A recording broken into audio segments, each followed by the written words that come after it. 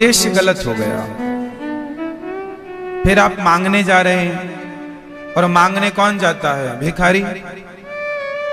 फिर भिखारियों की लिस्ट में आपका नाम आ जाएगा कि मांगने आए हैं। इसलिए भगवान से सुदामा जी जब मिलने गए तो सुदामा जी श्याम सुंदर से कुछ लेने नहीं आए, बल्कि सुदामा भगवान को 4 मुट्ठी चावल देने आए थे। तो भगवान से लेने ना आया करो, भगवान से मिलने आया करो, दर्शन करने। हे नाथ, आंखें तरस रही हैं, इसलिए आंखों को तृप्त करने के लिए आपका दर्शन करने आई हूं या आया हूं। अब आप कहेंगे कि महाराज जी बहू के बेटा नहीं है तो मांग लेने में क्या बुराई है? आप सच्चे प्रेम से आए तो सही वृंदावन, खड़े होकर भगवान से सच्चे प्रेम से देखें तो सही। भगवान सब जानते हैं कि आपको क्या चाहिए, बिना मांगे सब दे देते हैं भगवान। तो मांग कर क्यों हम छोटे बन जाएं? लेना भीख। भगवान से सच्चा प्रेम, जो हृदय में भगवान के प्रति आस्था भर के रखे हो आप, प्रेम है, वही भगवान को रिझाएगा। वृंदावन में माता देवकी कौन है? कहते हैं माता देवकी पिछले जन्म की माता कैकेयी। अन्य कथाएं हैं, पर यह भी एक कथा है कि माता कैकेयी जब भगवान राम से मिलने आई, जब भगवान राम से मिलने चित्रकूट आई, तो राम जी से कहने लगी, राम मुझे माफ कर दो, मैंने बहुत सताया है आपको, बहुत अत्याचार किया है आपके साथ, बहुत अत्याचार किया। भगवान राम ने मां से कहा, मां ऐसा ना कहो, आपके कारण ही लोग हमें जानने लग गए हैं, आपके कारण ही बहुत कुछ अच्छा होने वाला है। भरत जी की महिमा कैसे बढ़ेगी, राम चरित्र कैसे निखर के आएगा यदि माता कैकेयी ने राम जी को अच्छा विचार करो कि राम जी को माता कैकेयी ने वनवास ना दिया होता तो राम जी की कोई कथा ही ना होती। बताओ कौन सा चरित्र होता? राम जी जन्म लिए, अयोध्या में रहे, बस किसी को सुनने में कोई उत्सुकता ना होती, सामान्य व्यक्तियों की तरह हो जाता। फिर भगवान की भगवत्ता प्रकट तो वनवास में ही हुई ना, अयोध्या में भी हुई, जब मुंह खोलकर भगवान ने दिखाया ब्रह्मांड अपने मुख में। पर विशेष लीलाएं तो 14 साल में ही हुई। भगवान राम जी का धरती पर कितने वर्ष रहे? लगभग 11,500 वर्षों तक रहे, लगभग। भगवान श्री राम लगभग 11,500 वर्षों तक रहे, लेकिन 11,500 वर्षों का चरित्र कहीं लिखा हुआ नहीं मिलता कि 11,500 साल तक ये करते रहे ना, वो 14 साल का ही चरित्र मिलता। क्यों? बाकी दिनों का चरित्र नहीं मिलेगा आपको, कहीं मिलेगा तो केवल 14 साल का ही चरित्र मिलेगा आपको। कि इन 14 साल में ही शबरी पर कृपा की, इन 14 सालों पर जटायु पर कृपा की, इसी समय पर केवट पर भगवान ने कृपा की, इसी समय पर भगवान ने सुग्रीव पर कृपा की, बाली को मारा, इसी समय 14 साल के दौरान ही सेतु का निर्माण कराया, 14 साल के दौरान ही रामेश्वरम भगवान की स्थापना की, 14 साल के दौरान ही हनुमान जी लंका चलाए, 14 साल के दौरान ही राम जी आए, इसके बाद राम जी राजा बने, 14 साल का कार्यकाल पूरा हो गया। अब राजा बनने के बाद जो राज्य शासन किया है उसका हल्का फुल्का वर्णन है, बहुत विशेष वर्णन नहीं है। अर्थ क्या निकला? अर्थ यही है कि आप समझिएगा, आपके जीवन में जो सरल रास्ते हैं, आप सरलता से चलते रहिए, चलते रहिए। आपकी सरलता से चलने के समय को कोई देखता नहीं है, पर जैसे ही आप कठिनता में पांव रखेंगे, कठिनाइयों से गुजरेंगे, सबकी नजरें आपकी तरफ होंगी। इसलिए राम जी ने सरल रास्ता नहीं अपनाया जीवन में, भगवान राम ने कठिन रास्ते अपनाए। राम जी को राजा बनना था, उसी समय 14 साल का वनवास, खुशी खुशी से लीला हुई, पूरा मौजूद है। तो राम जी के, जब राम जी राजा बन गए, अच्छे दिन आ गए राम जी के, उन दिनों को कोई नहीं जानता, पर राम जी के जो मुसीबत के दिन थे, संकट के दिन थे, हम राम जी के संकटों के दिनों की ही तो चर्चा करते हैं। 14 साल कोई जंगल में घूमे तो वो संकट के दिन ही कहलाएंगे। तो उन दिनों की चर्चा है। इसलिए जीवन में आप लोग कहते हैं बड़ा स्ट्रगल है, बड़ी कठिनाई से गुजर रहे हैं हम। ये कठिनाई ही आपको तारों की तरह चमकाएगी।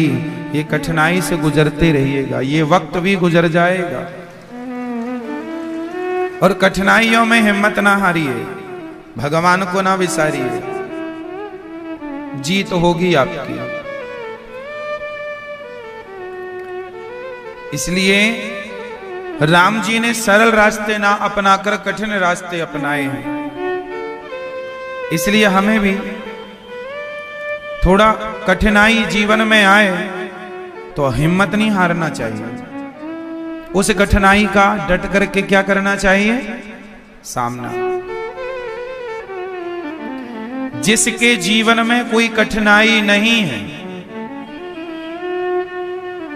जिसके जीवन में कोई कठिनाई नहीं है, उसका जीवन भी कोई जीवन है क्या? अरे जीवन तो वही है जिसमें कठिनाई हो। सीखने को कहां मिलेगा आपको? जब तक जीवन में कठिनाई नहीं आएगी तब तक आप सीख नहीं पाएंगे। क्यों जी? सही है। तो जीवन में कठिनाई आना जरूरी है। जब लोग आपको कुछ भी कहने लग जाए, आप अच्छे हैं फिर भी आपको बुरा कहा जाए, समझ लेना कि आपको यहां पर विवेक से काम लेना है। जीवन में, लोगों के जीवन में जब संकट आता है तो वो घबरा करके भूल जाते हैं कि हमें क्या करना चाहिए। अभी मैंने सुना कि किसी एक लड़की ने आत्महत्या कर ली।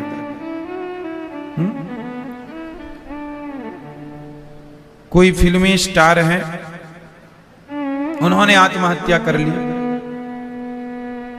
मैं आपसे निवेदन करूं कि जीवन में कठिनाई सबके जीवन में आएगी। समाधान ये नहीं है कि हम आत्महत्या कर लें। किसी भी समस्या का समाधान आत्महत्या नहीं हो सकती। जीवन में मुसीबत आए, संकट आए तो डट करके सामना करना सीखिए। और मुझे लगता है हर माँ बाप को अपने बच्चों को यह संस्कार देना चाहिए कि मुसीबत आने पर हमें निगेटिव थॉट नहीं लाना, निगेटिव विचार नहीं लाना, हमें पॉजिटिव रहना है, हमें और मजबूत बनना है। आपकी तरफ जब कोई पत्थर फेंके तो आप उन पत्थरों का क्या करते हैं? आपकी तरफ कोई पत्थर फेंका और बहुत सारे पत्थर हो गए तो आप क्या करेंगे? उन पत्थरों का क्या उपयोग है? वो पत्थर उठा उठा कर आप भी उन्हीं की तरफ फेंकने लग जाएं? ये समझदारी नहीं है। आप एक काम करिए, फ्री में पत्थर आ गए हैं तो तुरंत उन पत्थरों की सीढ़ी बनाना शुरू कर दीजिए। सीढ़ी बनाकर चढ़ करके अपनी मंजिल की ओर चले जाइए। ये समाधान है। कोई आपकी तरफ पत्थर फेंके तो आप उनकी सीढ़ियां बनाना शुरू कीजिए। उन्हीं पत्थरों को जोड़ जोड़कर सीढ़ी बनाइए और अपने लक्ष्य की ओर आगे निरंतर बढ़ते रहिए। किसी के रोके रुकना नहीं है आपको। रोकने वाले आप चलिए तो सही अच्छे रास्ते पर, अच्छे काम के लिए। लोग लटक जाएंगे आपके पांव में। रोकने के लिए आपको रुकना नहीं है। यदि रुक गए तो सब रुक गया। चलते रहे तो फिर ये लोग छूटते चले जाएंगे और कामयाब आप हो जाएंगे। कामयाबी यूं ही नहीं मिल जाती। इसलिए भगवान राम का यह चरित्र कितना बढ़िया हमें एक एक बात सिखाता है। आप लोग परेशान ना हुआ करिए। आत्महत्या कर लेते हैं कुछ लोग, मुझे बड़ा दुख होता है जब कोई आत्महत्या। अरे मौत आएगी तो मर भी लेंगे, मौत से पहले मरना क्या। मौत आएगी तो फिर वो अच्छा है कि आई गई तो चले। आत्महत्या नहीं करना चाहिए। आजकल तो जवान जवान बच्चे आत्महत्या कर लेते हैं, सफल व्यक्ति आत्महत्या कर लेता। मैंने सुना कि कोई बहुत बड़े व्यक्ति थे, काफी अभी ये सालों पुरानी बात हो गई, हजारों करोड़ का टर्नओवर था उनका, बड़े बिजनेसमैन थे, पानी में डूब के मर गए। कुछ वर्ष पुरानी घटना है ये हमारे देश की। क्यों मर गए? लॉस हो गया था उनका, परेशान थे कुछ लोगों से, आत्महत्या कर ली। लोगों का काम ही है आपको परेशान करना। लोगों का काम क्या है? आपको परेशान करना। वो जो लोग आपको परेशान कर रहे हैं वो तो चाह ही रहे हैं कि आप आत्महत्या कर लीजिए तो हमारा रास्ता साफ हो जाए। इसलिए आपको ऐसे लोगों से निपटना चाहिए और मजबूती के साथ। जीवन में मेरी मान्यता ये है, शास्त्र वेद पुराण सब कहते हैं, दास अनिरुद्ध भी यही कहता है, जीवन में हार जाना,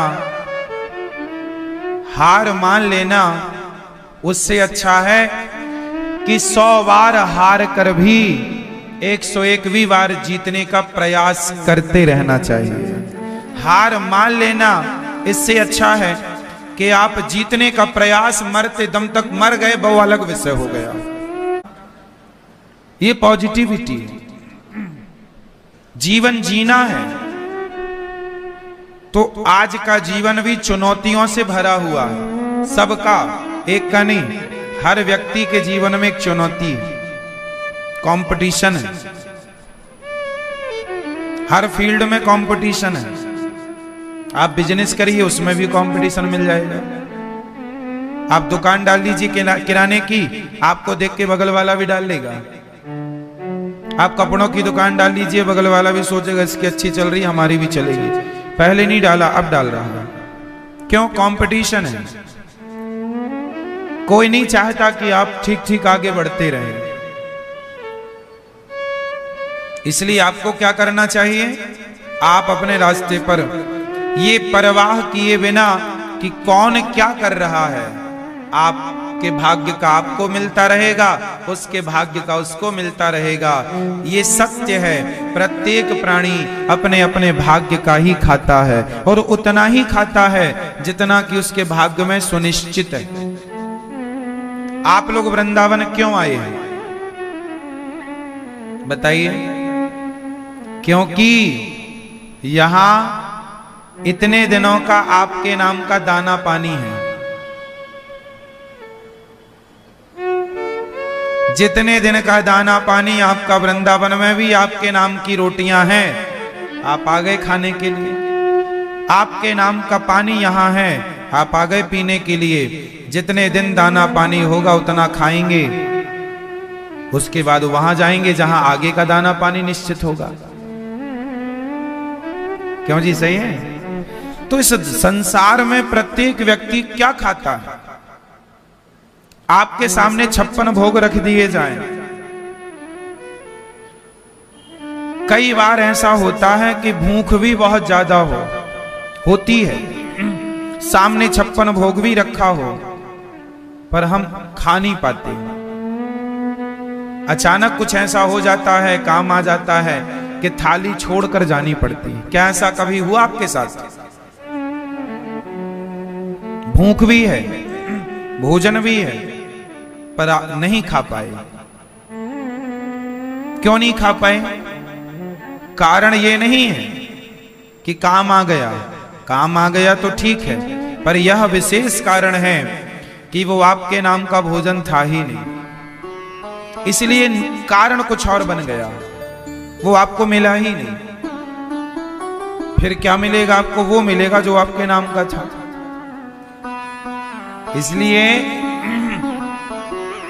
किसी को देख कर ना आपको ईर्ष्या करनी चाहिए। उसके भाग्य का वो खाएगा, मेरे भाग्य का मैं। मेरा पड़ोसी 50 लाख की गाड़ी में चलता है, वो उसके भाग्य का है। मैं साइकिल में चलता हूँ, ये मेरे भाग्य का है। मेरा पड़ोसी 56 भोग खाता है, वो उसके भाग्य का है। मैं नमक रोटी खाता हूँ, ये मेरे भाग्य का है। मैं जलूं कि वो 56 भोग क्यों खाता है, तो जलने से क्या होगा। मैं जलूं कि वो 50 लाख की गाड़ी में क्यों चलता है, तो जलने से क्या होगा। हर व्यक्ति, जब आप अपने मां के पेट से आए थे तो आपकी हाथों की लकीरें साथ में थी। मतलब अब कोई कहे कि जो बच्चा जिनके हाथ नहीं होते, हाथ भले कट जाएं किसी के, पर हाथ कट सकते हैं, भाग्य नहीं कट सकता। क्यों जी, कट सकता है। इसलिए भाग्य लेकर व्यक्ति पैदा होता है। आपकी जो बेटी है, आपकी जो बेटी है, वो भले आपकी बेटी है, पर वो अपना भाग्य लेकर पैदा हुई है। कितने भी लड़के आप ढूंढ लो अपनी लड़की के लिए, पर जो उसके भाग्य में होगा, जब होना होगा तब होगा।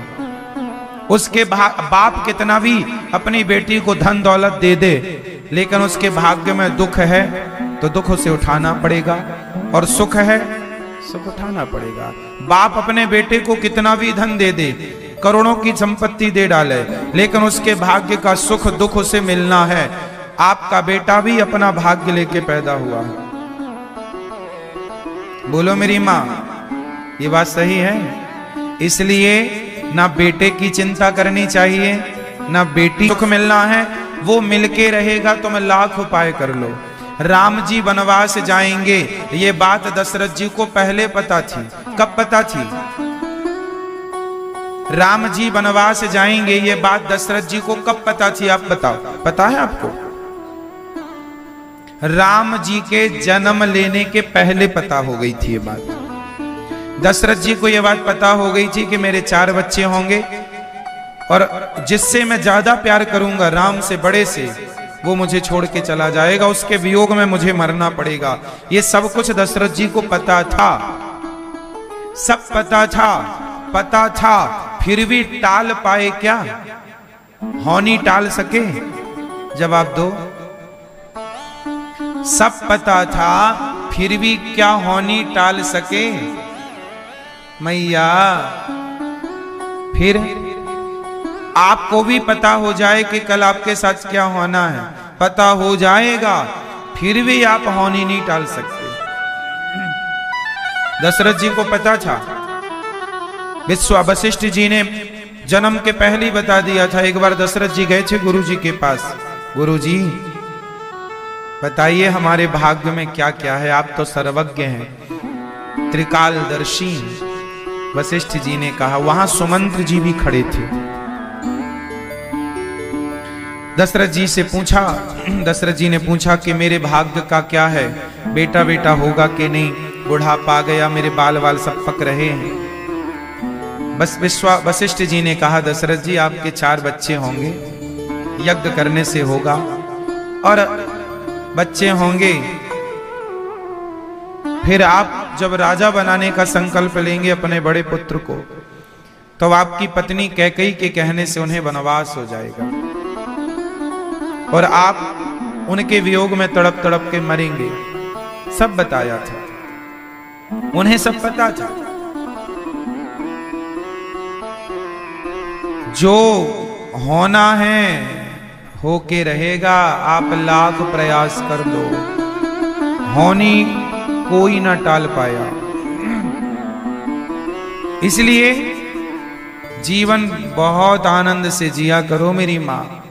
बेटे की चिंता ज्यादा ना किया करो, बेटियों की चिंता ज्यादा ना किया करो। उसके भाग्य का सुख दुख उसे मिलेगा, बेटे के भाग्य का सुख दुख मिलेगा। जब मिले उसे जो भी, समझ लेना इसके भाग्य का है। आप मस्त रहो, आप अपना भगवत चिंतन करो, अपना परलोक सवारो। ये जीवन तो अब गुजर ही गया जैसे तैसे, समय कट गया। अब यहाँ से आगे की यात्रा कैसी रहेगी, थोड़ा उस पर विचार करो। आगे क्या करना है, क्या लेकर जाएंगे हम, इस पर चिंतन करना चाहिए। खुदा ने बंटवाए और तभी भगवान को मारने के लिए पूतना आ गई। देखो, भगवान ने अभी जन्म ही लिया है, भगवान ने अभी कुछ बिगाड़ा नहीं है किसी का, लेकिन मारने के लिए लोग पहले ही खड़े हैं। हाँ, पूतना लोक के बाल घिनी राक्षसी रुधिरासना जिघांसया पहरये स्तनम दत्वापसद्गतिम।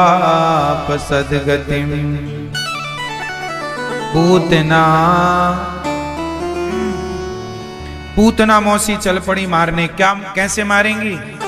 जहर पिलाकर। आज के युग में ये पता लगा पाना बड़ा कठिन है कि जिन्हें आप अपना मान रहे हैं वो आपके अपने हैं कि नहीं। क्यों? पूतना मौसी बड़ी सुंदर बनकर आई, पर मुख बड़ा सुंदर है, स्वरूप बड़ा सुंदर है, पर अपने स्तनों में क्या लगा कर आई है? जहर लगा कर आई है कि कन्हैया को पिलाऊंगी ये जहर, कन्हैया मर जाएगा। कन्हैया भी जन्म लिए हैं, 6 दिन के हैं कि पूतना मारने के लिए जहर लेकर आ गए। ये देखो, ये दुनिया तो बैठी ही है तुम्हें जहर देने के लिए। अब ये पता लगाना बड़ा कठिन है आज के युग में कि कौन हमें अमृत पिलाने आया है और कौन हमें जहर पिलाने आया है, कौन आपका हितैषी है और कौन आपका दुश्मन है। अच्छा, पहले के दुश्मन अच्छे थे, जो खुल के दुश्मनी सामने खड़े हो जाते थे, मैं आपका दुश्मन हूं। आज के दुश्मन उन दुश्मनों से ज्यादा खतरनाक इसलिए हैं क्योंकि आपके साथ रह रह करके वो आपकी जड़ें काटने में लग जाते हैं। बाहर के दुश्मनों को पहचानना ठीक भी है, पहचान भी लिया जा सकता है। घर के दुश्मनों को कैसे पहचानेंगे? झांसी की रानी अंग्रेजों से तो लड़ गई, पर खुद के गद्दारों के सामने हार गई। पृथ्वीराज चौहान अपने दुश्मनों से तो 15 बार जीत गए, 16 बार पराजित कर दिया, है ना। मोहम्मद गौरी को पृथ्वीराज चौहान ने अनेक बार पराजित कर दिया, लेकिन एक बार वो हार गए। कब? जब अपनों ने गद्दारी कर दी। जयचंद, हाँ या ना? तो आज तक का इतिहास गवाह है, बाहर के दुश्मनों से लड़ना कठिन नहीं है, घर के दुश्मनों से लड़ना कठिन है। इसलिए आज के युग में इसका एक ही उपाय है कि आप लोगों से मतलब ही ना रखें ज्यादा। ये उपाय है कि आप लोगों से जितना मतलब रखेंगे। अच्छा, एक चीज आपको बताऊं, समाज में कहां हम गलती करते हैं, मेरे जीवन का अनुभव क्या कहता है जरा सुनिएगा। गलतियां कहां करते हैं हम लोग, सुनिए। एक दोस्त, एक आदमी है जिसके 4-6 दोस्त हैं।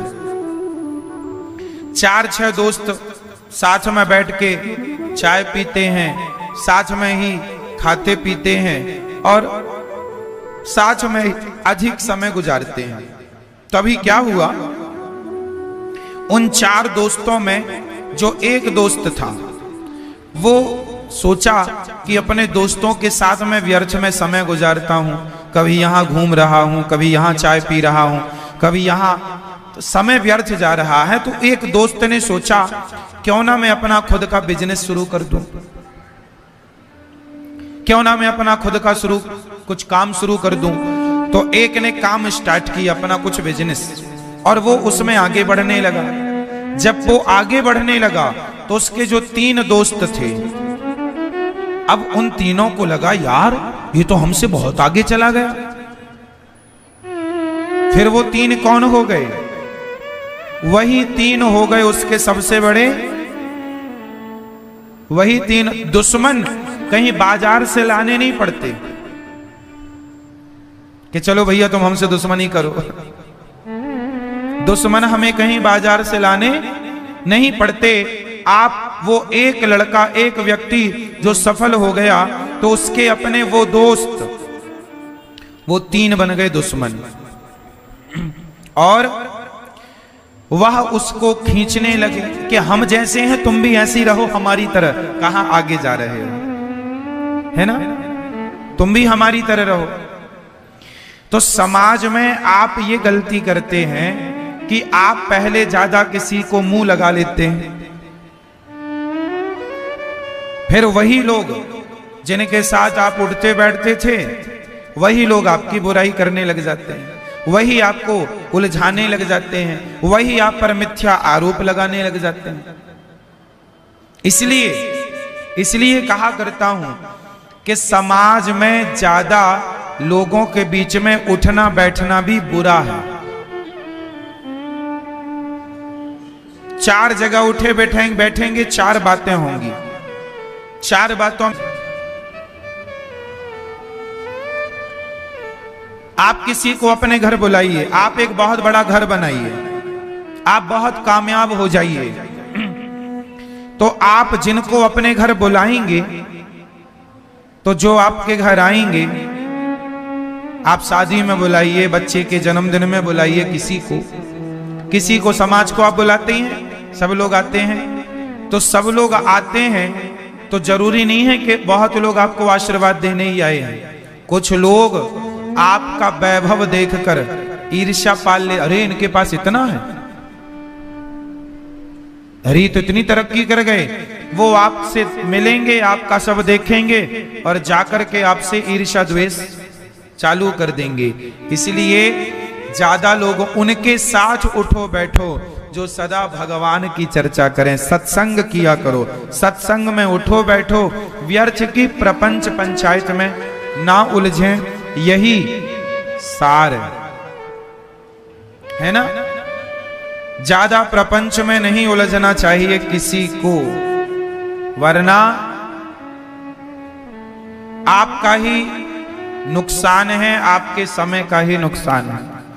एक गांव का एक आदमी शहर चला गया और शहर जाकर उसने पहली बार लालटेन लेकर के आया।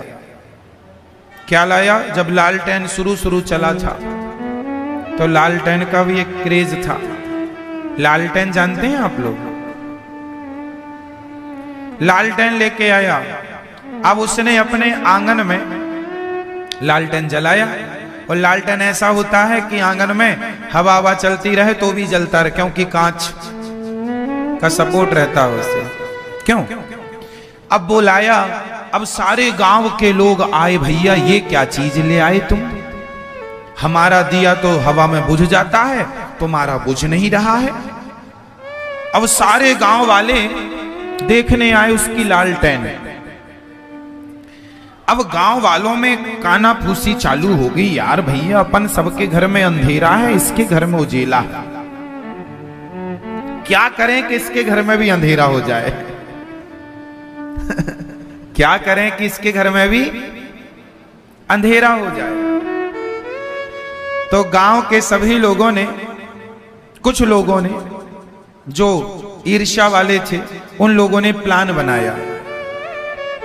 उन लोगों ने कहा या तो इसका लालटेन हम लोग फोड़ दें,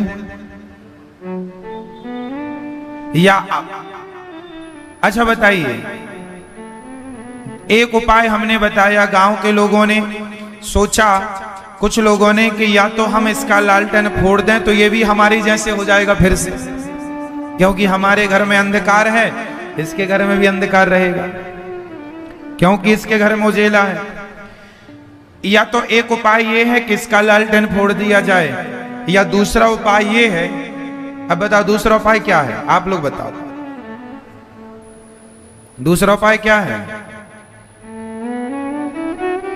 बता दो।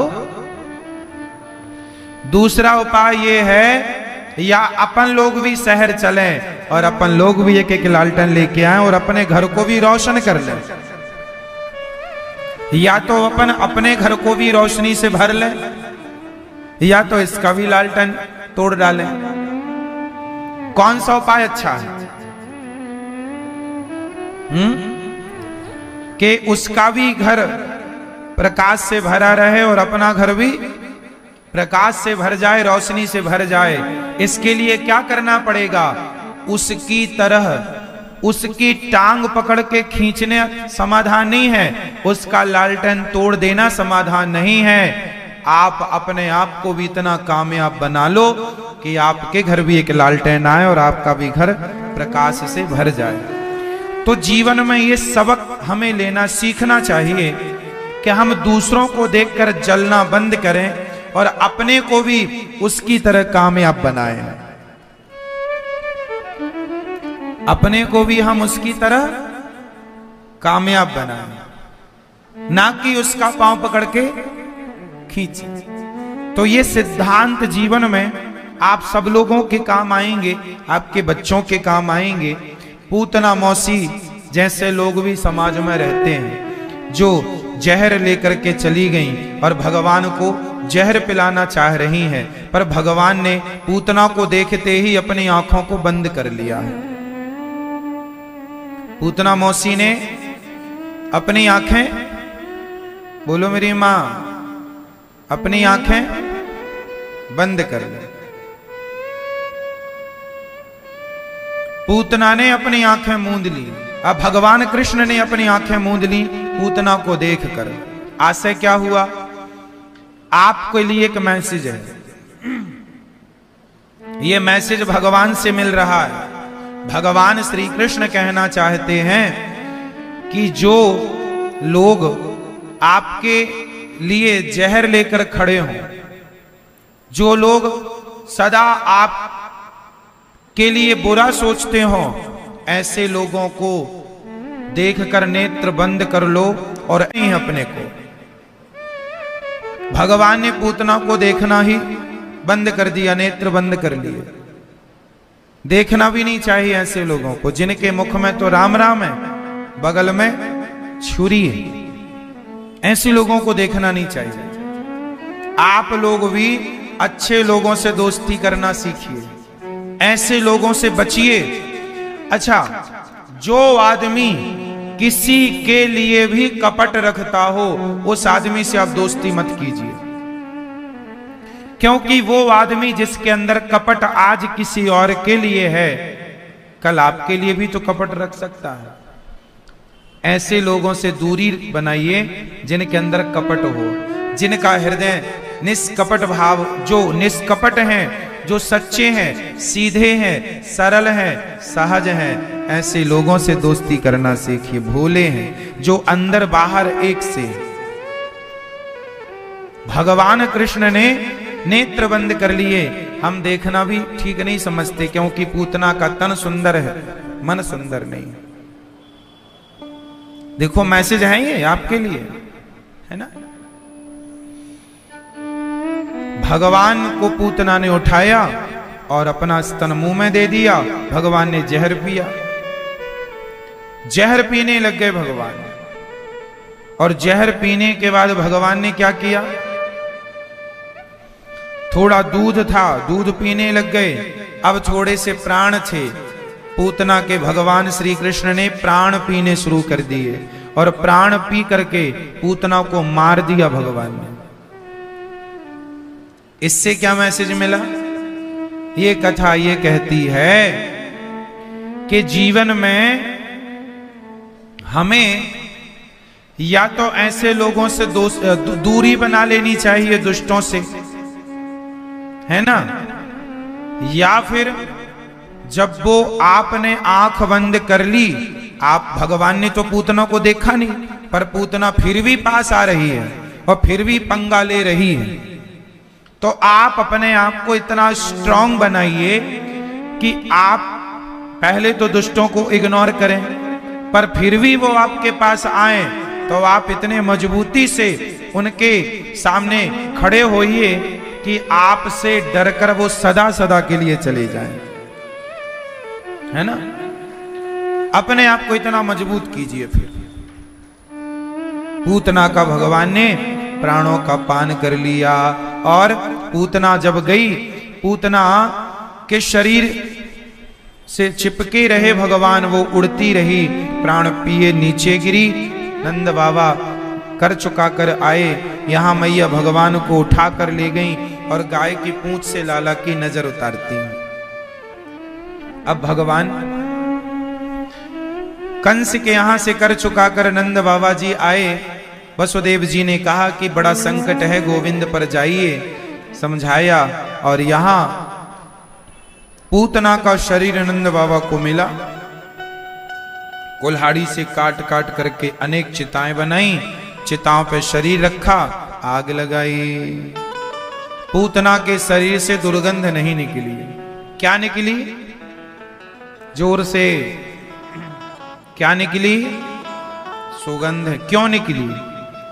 पूतना भले राक्षसी थी, भले दुष्ट थी, पर भगवान के पास आई।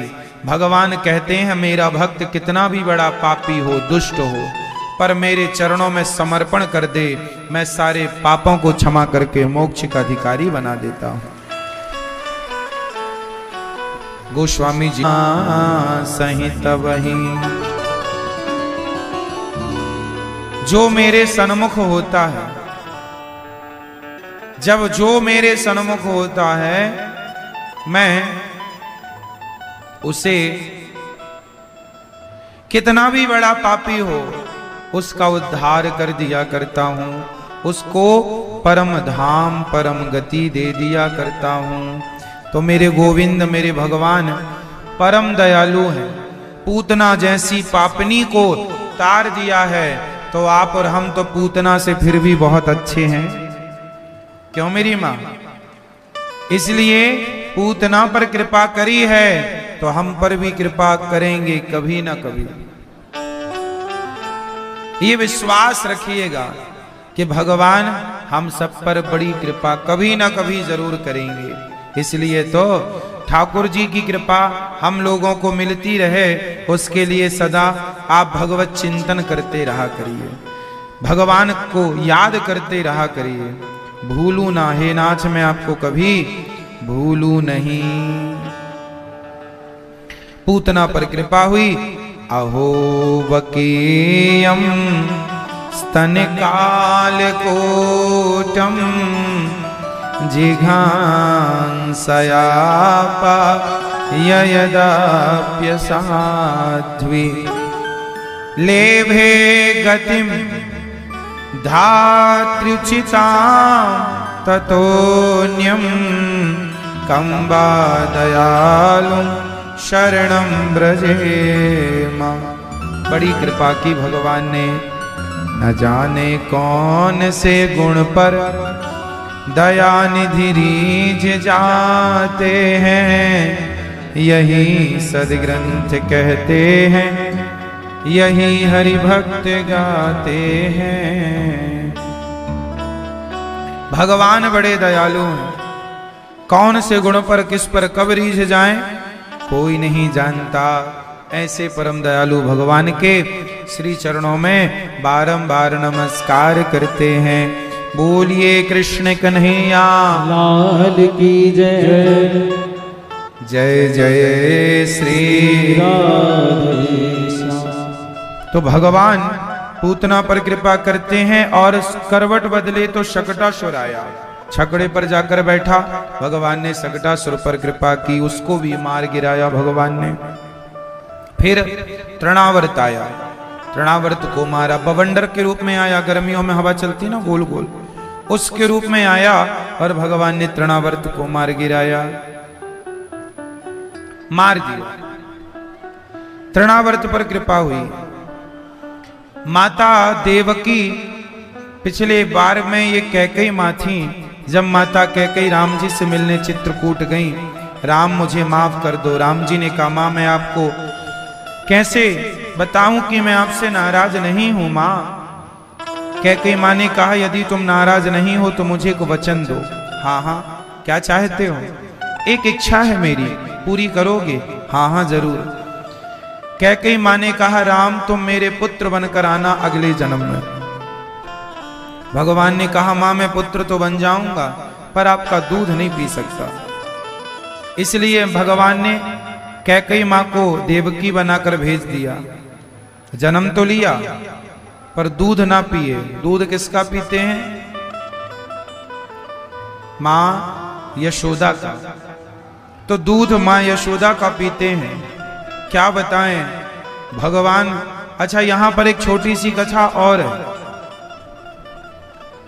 कहा जाता है कि भगवान श्री कृष्ण यशोदा ने क्या जन्म दिया था? बेटा या बेटी? हाँ, यशोदा ने बेटा भी जन्म दिया था और बेटी भी जन्म दी थी। ये कथा बड़ी गूढ़ है। कभी कभी मैं आपको सुनाता हूं ये कथा, हर बार नहीं सुनाता। ये बड़े बड़े संतों का और ग्रंथों का भी मत है। ये मत क्या है समझिएगा। कहा जाता है कि जब भगवान श्री कृष्ण, अच्छा, भगवान की आने की प्लानिंग तो कई युगों पहले हो जाती है। तो भगवान श्री कृष्ण की प्लानिंग थी यशोदा माँ का बेटा बनने की, कि मैं इनके गर्भ से ही जन्म लूंगा। पर माता कैकेयी ने बीच में मांग लिया कि हम आपकी माँ बनना चाहते हैं। तो भगवान ने कहा, थोड़ा प्लानिंग चेंज कर दी भगवान ने।